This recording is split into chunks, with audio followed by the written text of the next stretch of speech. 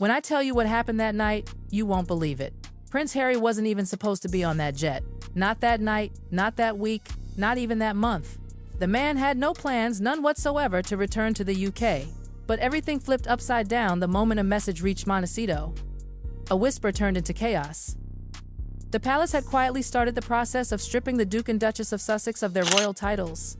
No rumors this time, no gossip column speculations, actual movement inside Buckingham Palace. Real, deliberate action. They say when Harry's team got the news, the whole room froze. Phones started buzzing like angry bees, aides whispering in corners, plans crashing down one by one. In that frenzy, while everyone tried to figure out what on earth was happening, Harry did something unexpected. He made one firm decision: get me to London. Just like that. No PR strategy, no spin doctors, no polished statements. He didn't want any of it. He wanted one thing, only a face-to-face showdown before the palace made it official. Within hours, a private jet was on standby. No Meghan, no kids, just Harry, racing alone into the storm he'd spent 4 years running from. But what makes it even more dramatic? The person Harry wanted to confront wasn't King Charles, it was Prince William. That alone says everything about where the real power now sits. For months, there'd been whispers around the palace about a quiet shift, a slow transfer of command. Charles, battling illness, looking frail, tired, softer, had started avoiding conflict. He wanted peace, calm, and stability. But William? Oh, he turned into something else entirely. No longer the heir in waiting. Behind palace doors, staff were even calling this period the pre-accession era. That polite code basically meant one thing: William was already calling the shots. He was running the meetings, signing off on big decisions, shaping the monarchy's image. And people close to him said he'd had enough of scandals, drama, and embarrassment. He wanted a monarchy that was clean, disciplined, untouchable. And for him, the endless Sussex circus had gone on far too long. To Harry, that shift was terrifying, because the brother he once leaned on for protection was now the one holding the axe.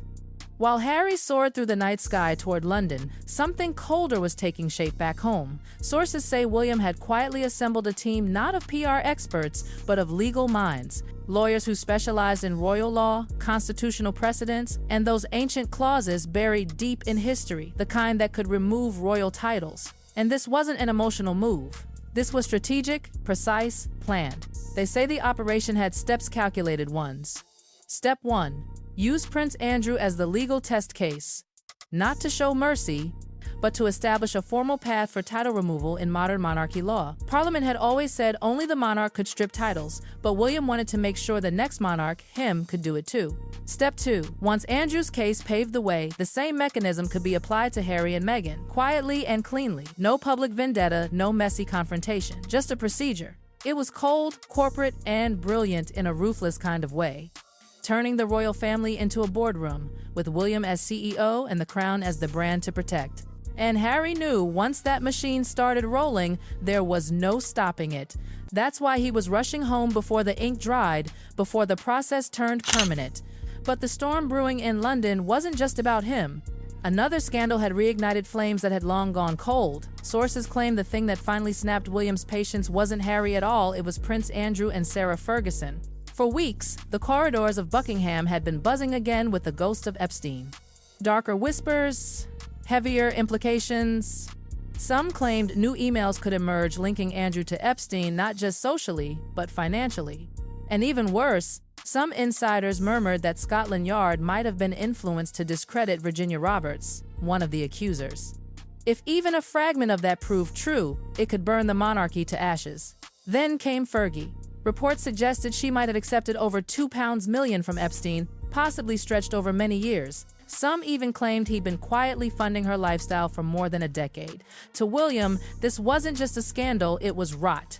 A deep, ugly rot eating away at the very walls of the palace. He saw the institution he'd inherit bleeding credibility. He saw the press circling like hungry sharks. He saw the crown's reputation crumbling piece by piece. And that's when he made the decision that would change everything. If no one else would clean up this family mess, he would. That decision, sources say, was the first domino that sent Harry into panic mode. When he realized William wasn't just irritated, but actually drafting formal steps, he transformed overnight. Gone was the easygoing California dad. Gone was the confident memoir author. Gone was the rebel prince who'd claimed he didn't need the palace anymore.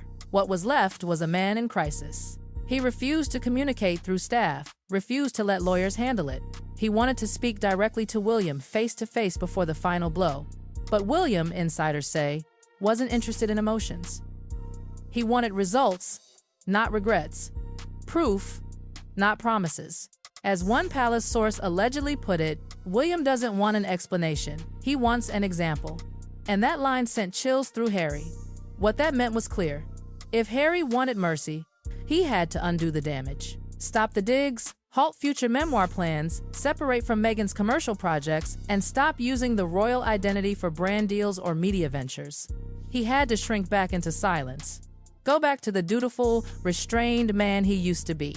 Basically, he had to erase the last 4 years of his life. For Harry, that wasn't a request, it was an ultimatum. And he knew William wasn't bluffing. The legal process had already started. And once a title is removed, there's no getting it back. That's why he boarded that plane alone.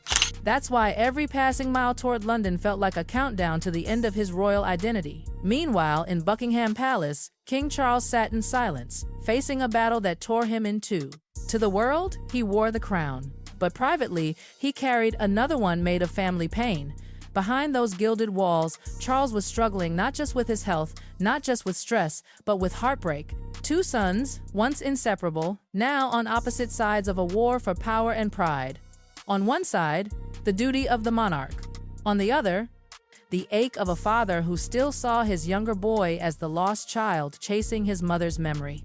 But love alone wasn't enough anymore. Senior government officials had quietly warned Charles the monarchy couldn't afford another public crisis. Not another scandal, not another blow to credibility. The crown had to survive, even if that meant sacrificing family. And that's the impossible truth every monarch faces. Sometimes love must bow to legacy. As Charles looked between his sons, the choice became clear. William the steady one, the planner, the future. Harry, the unpredictable storm.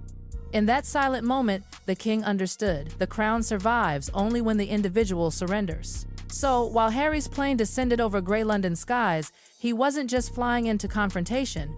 He was flying into history, into the moment his title, his identity, and his children's future would hang in the balance. Because once those royal titles were stripped, everything would change. The Duke of Sussex would no longer exist. He'd become Henry Charles Albert David Mountbatten Windsor, a name that sounded more like a form than a legacy. Meghan would become Mrs. Mountbatten Windsor, losing the royal prefix that had powered her global appeal. Archie and Lilibet would lose their prince and princess identities, those tiny words that once shielded them in both name and privilege. And it wouldn't stop there. The financial fallout would be devastating. Those multi-million-dollar deals, the book, the Netflix contracts, the speaking tours, all revolved around the fascination with royalty. Remove the titles, and the brand loses its sparkle. In entertainment, when the shine fades, so does the money. Invitations dry up, influence shrinks, and the security that comes from being the royal couple vanishes. As one palace aide whispered, without their titles, they're just another celebrity couple with a podcast and a past. And that, more than anything, terrified Harry. Not losing wealth, but losing the world that defined him since birth. The thought that his entire lineage could be erased with one royal signature was unbearable. As dawn crept over Buckingham Palace, the city woke up to what it thought was just another day. But inside those walls, something monumental had shifted. A new era had begun, quietly, without a trumpet. Without a crown placed on anyone's head, William stood in his office, not as the brother or the heir, but as the man who had reshaped the monarchy with his own hands. He had done what no one else dared to do. He had cut away the chaos, silenced the noise, and fortified the institution. He didn't smile. He didn't celebrate. He simply stood still, the weight of his decision heavy but certain. Because this was the beginning of his reign, even if no one had officially announced it. Across the ocean, Harry opened his eyes to a different world. A world where the palace had moved on without him. Where doors he once walked through were now closed tight. Where the crown he thought he'd escaped had turned its back completely. And yet, this wasn't the end. It was the start of something new. A colder, sharper royal era where William emerged not as the gentle prince, but as the architect of a leaner, cleaner monarchy. Where Charles, weary but wise, watched the torch pass to his son. And where Harry, stripped of titles and illusions, had to finally discover who he was without the crown, without the palace, without protection, because in the House of Windsor, power never whispers, it reigns. And this time, William, with ice in his veins and steel in his resolve, proved one chilling truth. He isn't waiting to be king, he's already become one.